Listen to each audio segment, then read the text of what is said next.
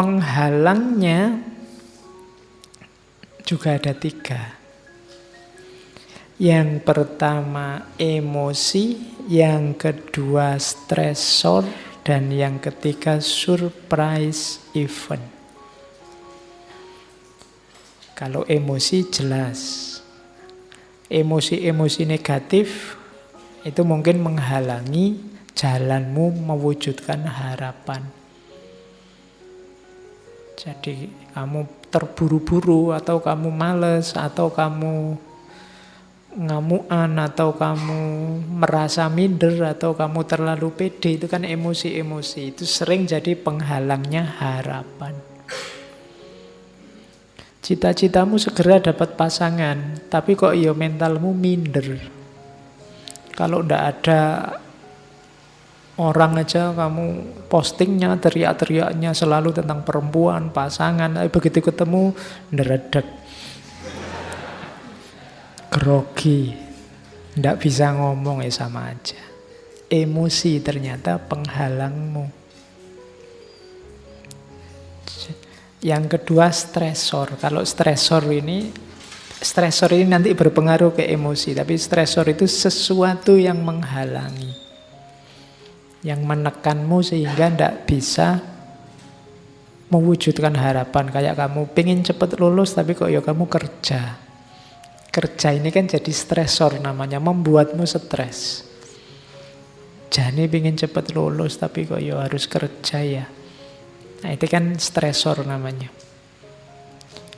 Pengen jadi orang soleh, tapi kok ya susah yang ngaji itu ya. Nah, misalnya, itu kan ngaji jadi stresornya. Jadi penghalang harapan itu emosi, stresor, dan yang ketiga surprise event. Kalau 1 dan 2 mungkin kamu bisa ngatur, tapi yang ketiga ini susah. Surprise event itu, hidup ini kan serba tidak terduga. Kamu sudah niat-niat pokoknya sampai saya lulus S2, jangan sampai ada pacar, jangan sampai ada perempuan atau laki-laki yang mengganggu. Kok ya dilalah, ada event yang membuatmu jatuh cinta, dia juga oke, sama-sama oke, ini surprise event. Waduh, tadi prinsipnya mau dilanjutkan apa enggak ya? Kalau dilanjutkan kok ya eman-eman. Harapanmu enggak terwujud untuk enggak punya pasangan sampai lulus. Itu namanya surprise event. Kamu ingin IP-mu sempurna tiap semester 4 terus, tapi kok yang dilalah semester ini kamu bareng sama sakit misalnya. Nah, itu surprise event. Itu juga menghalangi harapan. Banyak peristiwa-peristiwa yang tidak terduga.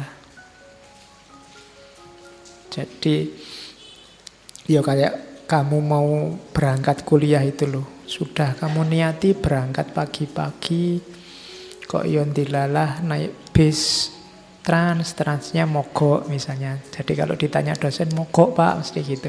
Itu trans mogok itu surprise event. Jadi peristiwa tidak terduga.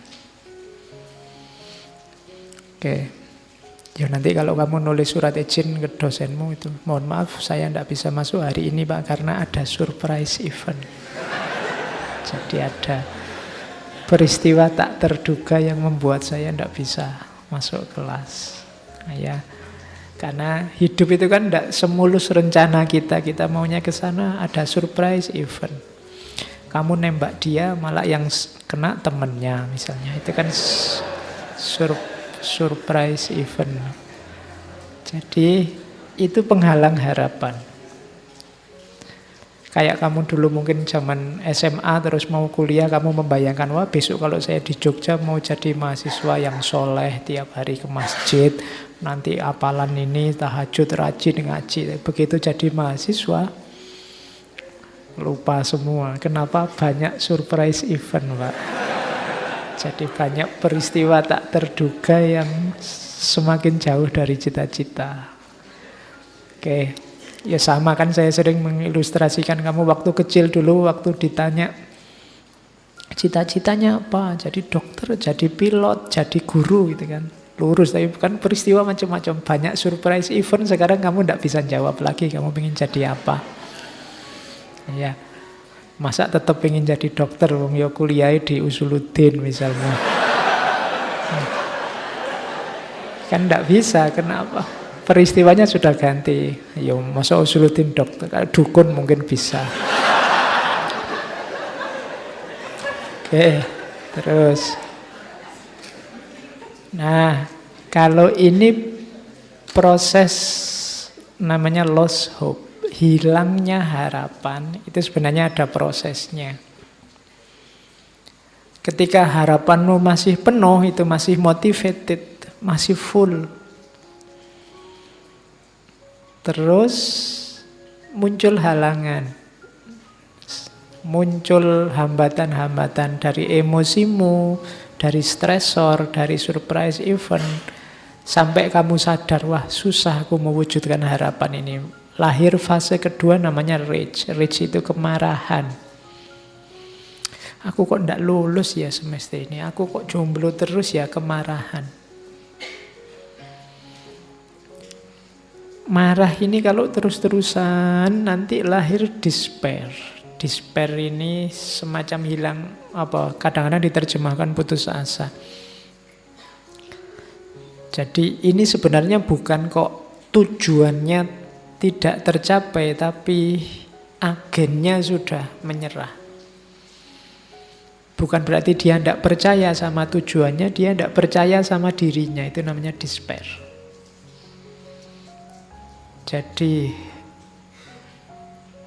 yang pertama hope, turun sedikit jadi rage, turun lagi jadi despair. Orang biasanya frustasi itu despair. Kok tidak kena-kena ya tujuannya, lama-lama dia tidak yakin kalau dia bisa. Sudahlah, tidak mungkin aku lulus misalnya, itu despair. Nah, despair itu bisa nyampe lebih bawah, namanya apati. Kalau apati itu tujuannya juga sudah hilang dan dia tidak yakin tujuan itu tujuan yang bisa dicapai. Itu namanya apati. Tidak mungkin ada orang yang bisa lulus. Nah, itu namanya apati. Jadi kalau apati itu dia sudah tidak percaya sama tujuannya, tidak percaya sama dirinya. Itu namanya sudah apatis. Tidak mungkin lah Pak, saya bisa jadi orang soleh, jadi orang alim, wong saya koyong ini misalnya. Itu sudah apatis. Tapi kalau despair itu, saya ingin sebenarnya Pak jadi orang soleh, tapi ya apa mungkin saya bisa. Itu despair.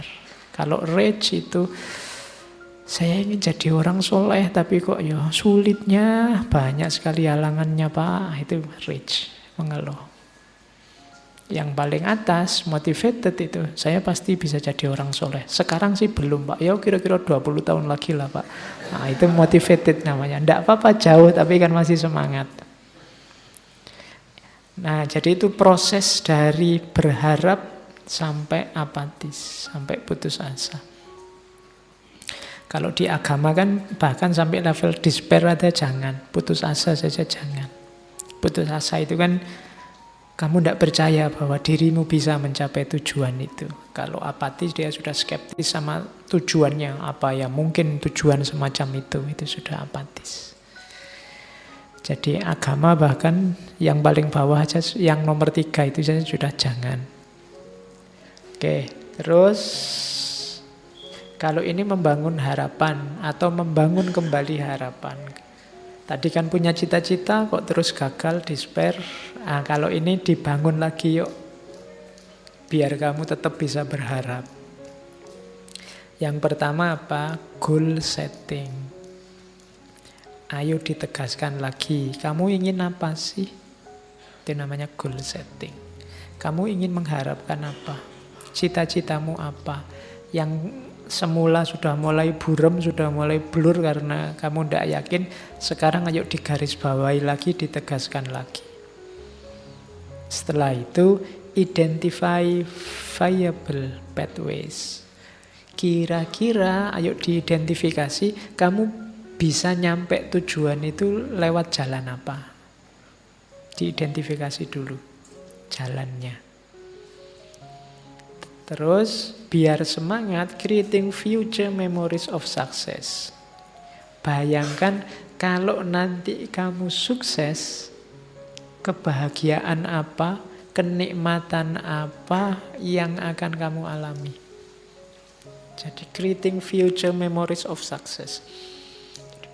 Bayangkan, bikin gambaran-gambaran.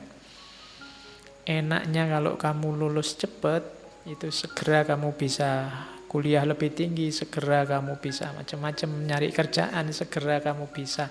Nah itu bayangan tentang kesuksesan hidupkan. Jadi kalau kamu targetmu jelas, jalan yang kamu tempuh jelas, dan kamu berminat karena betapa bahagianya kalau ini sukses, saat itu juga akan lahir namanya harapan. Kalau jalannya ndak ada, namanya bukan harapan tapi angan-angan kayak tadi. Kalau goalnya ndak ada, ya namanya bukan harapan, wong ndak ada tujuannya kamu mau kemana. Kalau angan-angan, bayangan kesuksesannya ndak ada, kamu ndak akan bersemangat untuk mencapai harapan. Jadi membangun harapan itu urut mulai target, jalannya, kebahagiaan yang kamu raih.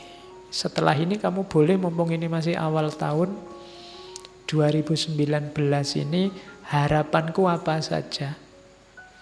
Nggak usah banyak-banyak, karena biasanya kalau lagi semangat nulis harapannya, tahun ini target saya 20 Pak, itu terlalu banyak. 2, 3, 4, 5 yang agak besar-besar, yang penting-penting saja ditulis. Nggak usah yang nggak penting. Nggak usah nulis, saya target saya Pak, setiap kali makan di warung itu harus, kalau kemarin sekali makan 10.000, mulai tahun ini minimal 12.000, tidak usah ditulis.